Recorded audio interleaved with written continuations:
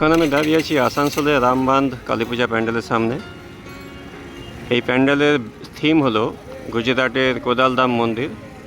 তো দিনের বেলায় দেখতে খুবই ভালো লাগছে, প্যান্ডেলটা দারুণ বানিয়েছে এবং রাতের বেলা লাইটে এটা আরও ভালো লাগবে দেখতে।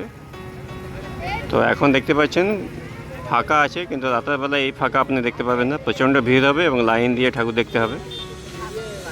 তো এরপরে প্যান্ডেলের ভেতরে গিয়ে আপনাদের দেখাচ্ছি এবং কালী ঠাকুরটা খুবই সুন্দর বানিয়েছে, কারণ আমি গতকাল দেখে গেছিলাম।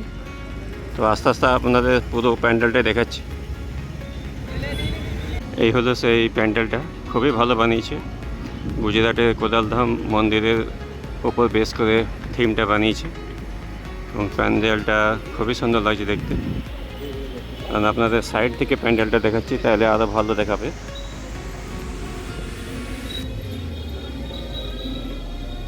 এই দেখুন, সাইড থেকে দেখতে দারুণ লাগছে প্যান্ডেলটাকে।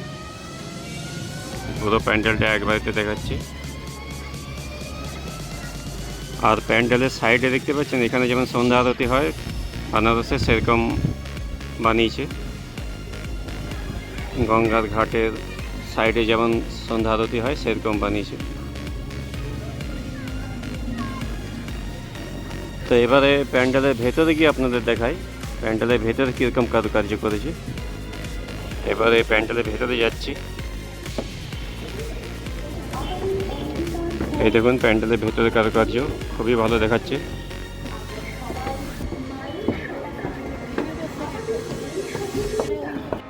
প্যান্ডেলের ভেতরে চলে এসেছি। প্যান্ডেলের ভেতরে কারুকার্য খুবই সুন্দর বানিয়েছে, দেখতে দারুণ লাগছে এবং রাতের বেলা লাইটিংয়ে আরও ভালো লাগবে দেখতে। এবার আপনাদের কালী প্রতিমাটি দেখাচ্ছি। দেখুন, খুবই সুন্দর বানিয়েছে কালী প্রতিমাটি। এই দেখুন, কালী প্রতিমাটি সত্যি খুব সুন্দর বানিয়েছে, দারুণ লাগছে দেখতে। আর এগুলো হলো ভেতরে প্যান্ডেলের সাইডের দেওয়ালগুলোতে বিভিন্ন ছবি দিয়ে সাজানো হয়েছে প্যান্ডেলটাকে। খুবই ভালো লাগছে দেখতে। তাও লাইটগুলো পুরোপুরি অন ছিল না, রাতের বেলায় পুরো যখন লাইট অন হয়ে যাবে তখন দেখতে আরও ভালো লাগবে। এটা হলো ওপরের অংশটা। এরপরে কালী প্রতিমাটি একটু জুম করে কাছের থেকে দেখাবো একটু পরেই। এগুলো হলো ওপরের কারুকার্যগুলো প্যান্ডেলের। এই দেখুন, কালী প্রতিমাটি খুবই সুন্দর বানিয়েছে।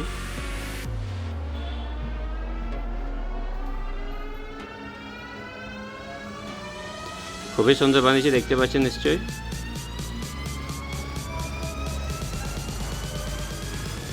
এটা হলো ভেতরের ওভারঅল ভিউটা।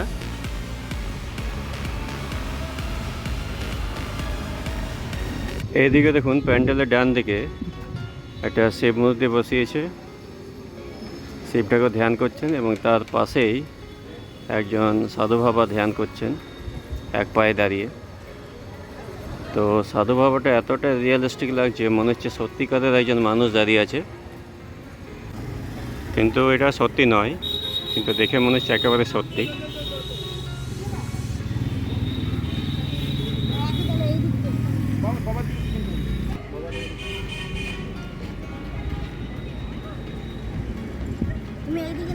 এই দিক থেকে প্যান্ডেলটা দেখতে দারুণ লাগছে। সামনের দিক থেকে পুরোটা অতটা ভালো করে দেখা যাচ্ছে না, কিন্তু সাইড দিক থেকে পুরো প্যান্ডেলটা ভালো করে দেখা যাচ্ছে এবং দেখতে দারুণ বানিয়েছে প্যান্ডেলটা।